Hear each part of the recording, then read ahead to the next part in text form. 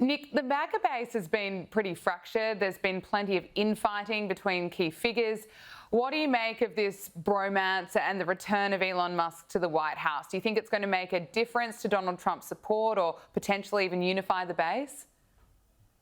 Well, I think we were all waiting and hoping that this would eventually happen, right? In President Trump, you've got the most powerful man in the world, pretty successful businessman himself. And then in Elon Musk, you've got the richest man in the world. And, what brought them together about a year ago was love for country and a concern about the direction of this nation. And, I think friends can bicker, friends can fight, but, both of them share this desire to get America back on track. And I think President Trump's stronger and the country and the Republican Party stronger when they're working together. And, I hope that this is a sign of things to come. Esther, what are your thoughts on this? As far as Elon wanted to do this American party, there's been no formal steps taken with the Federal Election Commission to launch that. Are you skeptical that this bromance is going to last with Donald Trump, seeing as it blew up pretty quickly last time? Well, a lot of relationships around Donald Trump can be seen to be unstable because one minute they're fighting and the next minute they're back in love. And following Elon Musk and Trump's infamous fallout, I can honestly say that meeting the Crown Prince of Saudi Arabia is probably the best incentive for Elon Musk to kiss and make up with President Trump. And that's really been the reason behind this. It's only MBS at the strategic time, and with all the money kind of being promised, with all these business leaders in the room, which is basically probably the most exclusive investment gathering operation that any country has been awarded basically by this administration, that would incentivize Elon Musk to let bygones be bygones and kiss and make up with Donald Trump. Now, I still don't think Elon Musk agrees with, the big beautiful bill and all of the things that he disagreed with during Trump's sort of first few months in office. I still think that's a sore sticking point. But he's back in business. He's back leading Tesla and engaging in his own business activities. And I think that takes precedence, and those interests take precedence over bickering with Donald Trump over politics. Now, whether he chooses to set up his own party, whether he has the energy, whether he can be bothered, that's another story. I don't think he really can or is willing to do that. Being in politics in America is very exhausting and draining, and it's clearly a thankless task. And he got a whiff of that when he was running DOGE. I'm not sure that he will get rid of his mission to get us to Mars and to establish human life form outside in space. I don't think he'll give that up just to run for Congress. That's ridiculous. President Trump addressed the Saudi Investment Forum where he blasted Joe Biden. Listen to this. They're respecting America again. They didn't respect us. We were like a bunch of stupid people. We had a president that couldn't get up and talk, couldn't walk up a flight of stairs. We had people that didn't know what the hell they were doing. We were an embarrassment all over the world. But now we have people that are respected at levels that we've never seen before. So Donald Trump has had some huge wins on the world stage. However, his polling numbers show that Trump's approval rating has dropped to a low of 38%. This is according to a recent Reuters poll. It shows that his numbers are down 9 points since he took office. Nick, what's your take on this? And we know Donald Trump says that he ignores most of the polls. Yeah, and rightfully so. They've missed for him in the past, but I think there is a little bit of a reason for concern, right? These numbers are lower than they were a month ago, lower than they were 2 months ago, but I don't know that there's any reason to necessarily think that the last 45 days, which have been obviously difficult for President Trump, are necessarily an indicator of what the next 45 days or what the electorate might look like in November of next year. And I think to an extent, Trump's been a little bit of a victim of his own success, right? There were three major issues that voters, when they went to the polls in November of 2024, had at the top of their minds when they voted for President Trump. Illegal immigration, the border is safer than it's been in generations. Crime, our cities are safer, and President Trump's been extremely aggressive tackling crime. Top of mind for everyone right now here in the States is the economy, inflation, and jobs. And I think that's a place where you're going to see President Trump spend a lot of time here over the next year making his case to the American people that he deserves to keep the Congress and keep the Senate, notwithstanding, the big wins on the world stage as well. Esther, what do you make of the polling results? It's obviously going to be a bit of a difficult time for President Trump after he had to deal with the 40-something days of the government shutdown. Of course. And I mean, the two things that this dissatisfaction in the polling is pointing to is obviously this debacle with Jeffrey Epstein and the files, who thought that at this point in his second term, the ghost of a dead pedophile would be what's causing him a headache. But that's one of them. And obviously with the Epstein files being released soon, now that they've passed through both houses, I think he can put that to rest. And I'm pretty sure most of it will be redacted anyways to not directly implicate anyone, because there will be all sorts of legal hurdles there. But the second point, and the biggest point, and it's why we're seeing the likes of Zohran Mamdani win in New York, is, like Bill Clinton said, it's the economy, stupid. It's people feeling like their purchasing power is actually getting further. Housing is the actual biggest concern that most voters are polling right now. And so between now and I would say June next year, the president has a real task to make people feel like they're getting a bang for their buck, to get stronger job numbers. We're actually waiting to see whether the impact on the tariffs, which is basically a giant rent-seeking operation around the world, is actually bearing any fruit. And so the next sort of 8 months are going to be critical in Trump's term, because that's basically going to make or break the narrative that's going to be set for the midterm elections. And if he loses either the House or the Senate, I think a lot of the agenda that he was hoping to implement following next November will basically be dead in the water. Yeah, it's a crucial time. Look, there are reports that Ted Cruz is laying the groundwork for a 2028 presidential bid by leaning into his feud with Tucker Carlson and other issues that are tearing apart the MAGA movement. Now, Donald Trump was asked about Ted Cruz today. There was some news this morning from an Axios report that Senator Ted Cruz was laying the groundwork for a potential 2028 presidential run. Could I get your reaction to, could you see yourself supporting Senator? Well, he's a friend of mine. I mean, I haven't spoken to him about it. It's a little early. It's 3¼ years. That's a long time. But he's a very good guy. He's a very good friend of mine. You remember we had quite a campaign against Ted. And it worked out quite nicely. Let's see, where are we? Oh, we're in the old one. But I'm not that surprised to hear that. Nick, what do you make of this? Of course, JD Vance is currently the front runner for 2028. Yeah, I mean, look, I think President Trump's right. It is pretty far out for us to start, handicapping who his likely successor on the Republican side is going to be. I think JD Vance is the obvious front runner if the primary were held today.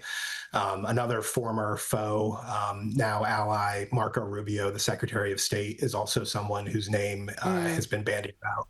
DC as well. I mean, look, Ted Cruz has turned into a strong ally of the president. He's one of a number of really talented senators and governors that I think have a case to make to the American people. And I think, the beauty of the strength of the bench of the Republican Party right now is that, we're going to have a great process here in about 2 years to decide who the nominee is going to be. And there's a lot of credible candidates. And, unlike the Democrats over the last 2 cycles, I don't think, the Republicans are going to have to rig it to get someone who can be competitive in the general election in November. Esther, what are your thoughts? I know 2028 is still a fair way away, but Ted Cruz apparently laying the groundwork. Yeah, I mean, all these people that say it's a bit early, it's been on their minds since probably 2015. A lot of these people don't decide their runs sort of a year into an actual race. They decide it years in advance. However, Donald Trump's ability to play kingmaker, because that's basically what an endorsement from him would mean, is really riding on the next few years. If he becomes radioactive, if he becomes the poison of the Republican Party, then actually it might work in the favor of the next presidential hopeful to not have Donald Trump's endorsement. Again, a lot is riding on him meeting his election promises and the actual feel-good factor in the country. Of course, we know that he's done a spectacular job at the border and he really basically shut it down from day one. But there are still issues of crime, for example, in major cities. You can't just send the National Guard to every major city. You have to have long-standing cooperation with a lot of these Democrat-run cities so that people feel lasting change and the security that a rigorous law enforcement can bring. But also, and most importantly, it's the economy. So really the next year and a half, again, like I said, is very crucial, not just for the midterms, but also with Trump's ability to play kingmaker and for his endorsement to actually mean something. We spoke earlier about how Elon has patched things up with Donald Trump, or it certainly appears that the two of them have, kissed and made up.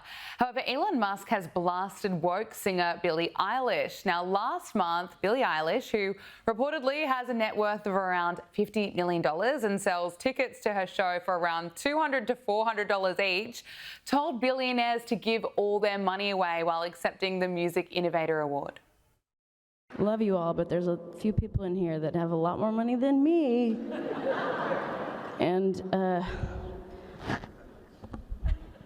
if you're a billionaire, why are you a billionaire? No hate, but yeah, give your money away, shorties. Love you guys. Thank you so much. Now, the celebrity said this as Mark Zuckerberg was reportedly in the room, and Billie Eilish has ramped up her attack on billionaires. Earlier this week, she posted a series of messages on Instagram, appearing to really take aim at Elon Musk, of course, the wealthiest person in the world, accusing him of hoarding wealth, and he should actually be using it to solve global problems. She claimed he could end world hunger, rebuild Gaza, XYZ. She continued, labeling him a pathetic coward. Now, Elon has hit right back, saying she's not the sharpest tool in the shed. Esther, I think it's quite astonishing hearing this from celebrities. I mean, Billie Eilish, if she wanted to, she could be making all her concerts free. She could be giving away all of her millions. Yes, a 23-year-old girl, singer, worth $50 million, who is making money off things like singing about birds of a feather, criticizing a man who has brought an infinite amount of wealth and job creation through his companies, and criticizing him for not giving all his wealth away is quite jarring. I imagine that thought process in her head probably looked like a monkey smashing two cymbals together and thinking that it was probably some great philosophical quote. But at the end of the day, these people are not to be taken seriously. And actually, I think Billie Eilish's statement really kind of signifies the decay and the slide into relevance of Hollywood. Because a few years ago, the news would have been all over this. Bernie Sanders would have been like, oh, yes, what a sage, and Billie Eilish. I think people just let celebrities talk now and treat them like toddlers having a bit of a rant, because it's just not serious anymore. Like, oh, you have a lot more money than me because you have $1 billion and I only have $50 million. Excuse me, that's about $49.5 million more than 99% of planet Earth. Absolutely. What are you talking about? Absolutely. And Nick, to pick up on Esther's point, I mean, look at the contributions that Elon Musk has made to the world. It's extraordinary. SpaceX, Starlink, electric vehicles, PayPal, all the job creation. I mean, perhaps we could be grateful to Elon Musk for his contributions. Yeah, I mean, the critique from a singer who told the Rolling Stone a couple of years ago that she grew up poor because her parents couldn't afford to pay for her horseback riding lessons as a child is a little bit rich, right? But look, this is Hollywood. This is the left. It's the rich criticizing the uber rich, and this conversation about wealth redistribution. I think what is kind of sad in all this is Nicki Minaj has announced. I'm sorry, not Nicki Minaj. Billie Eilish has announced that she is donating a significant amount of money that she's made off of this most recent tour to charity. Unfortunately, it's to climate justice and reducing carbon pollution. But she should go up there and make the case for why these charitable investments make sense. And if she were to go out there and lead from the front and really make a case for helping people, I think people would take her a lot more seriously. But no, it's got to be from the negative perspective of, the jilted 50 millionaire who didn't get horseback riding lessons as a child, not from the perspective of someone who's actually done something to help. Yeah, it's unbelievable. Look, another popular figure among the left who also doesn't believe in billionaires and doesn't believe they should exist and is, of course, not a fan of capitalism is New York City Mayor-elect Zohran Mamdani. And Tom Homan is warning that New York is going to be seeing a boost in ICE enforcement. He says that New Yorkers will see stepped-up federal immigration enforcement ahead of Mayor-elect Zohran Mamdani taking office. Here he is. But New York City? I plan on being in New York City in the near future. We're going to do operations in New York City. We know in New York City, me and Mayor Adams at one point had an agreement to let ICE into Rikers Island so we can arrest the public safety threats and the safety and security of that facility, but the city council shut it down. So we're going to be coming to New York City. We're already there now. I mean, teams are there now. But we will increase the enforcement presence in New York City, again, because they're a sanctuary city, and we know we have an issue there with public safety threats hitting the street. Esther, can I get your reaction to this? I suspect plenty of New Yorkers that voted for Zohran Mamdani are not going to be happy. Certainly not. I mean, watching that clip made me think that he sounded like he'd be a good fit in The Godfather, just kind of the way he was talking about this issue. But look, we know that New York City, like many sanctuary cities across the US, that talk a good game, but then balk at the idea of having to take in thousands of immigrants and put them up in hotels and run up local districts, housing bills. Obviously, they're clearly not very happy with it on the back end of things, but they have to put a good front. I suspect what Tom is actually trying to do is get in ahead of the game, because based on what Zohran Mamdani campaigned on, you can see he will most likely try and aggravate efforts by ICE officials to arrest illegal immigrants in New York City, which is estimated to be in the hundreds of thousands, just like we've seen in other mainly Democrat-led cities like Chicago. So this is mainly, obviously, from a public safety perspective, because they're targeting mainly illegal criminals first before they go into illegal immigrants more broadly. And I'm not surprised by this. This is what happens when you kind of talk about supporting the, actually wanting to defund the police and replace them with 911 callers with social workers. And then when it's time for an election and people are balking at the idea, suddenly you support the police. Clearly, people can read between the lines. And I think Tom is trying to cover all his bases. Yeah, I think you're absolutely right. Nick, can I get your thoughts? No, I think, you're 100% right. And the thing that I think is just astounding to me is the best way to keep ICE off of the streets of your city, if you don't like immigrations enforcement, is to cooperate with ICE. And to the point that Homan made, if sanctuary cities would let federal law enforcement come in and arrest criminal illegal aliens from the safety of jails, courthouses, and prisons, rather than letting them back out on the street, we wouldn't need these highly militarized ICE teams, swarming into cities and making arrests.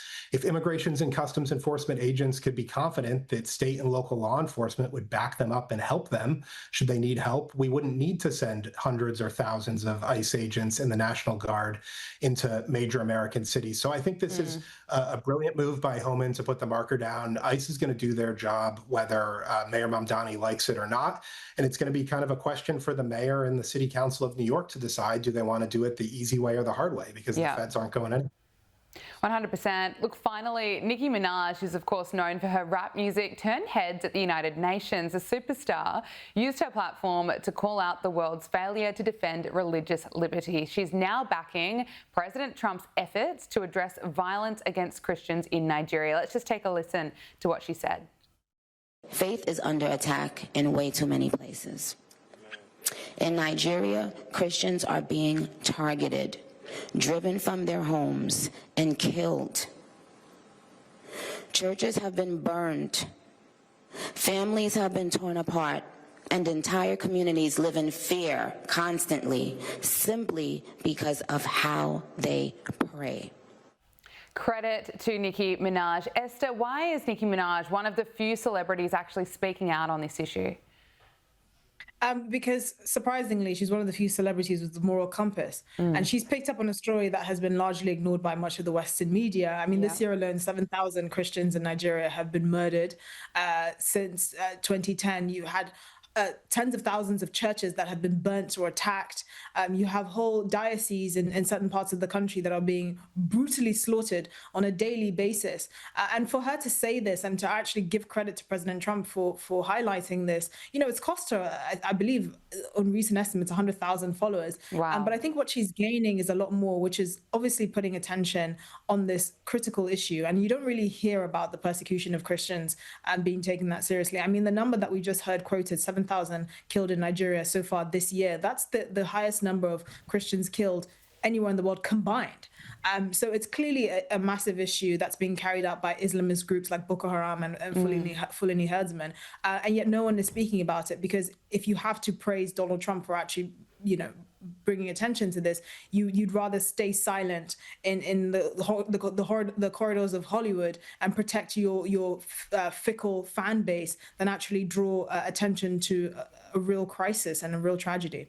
I mean, what does it say about the 100,000 followers that stopped following Nicki Minaj when she was highlighting violence against Christians in Nigeria? I mean, Nick, what do you make of that?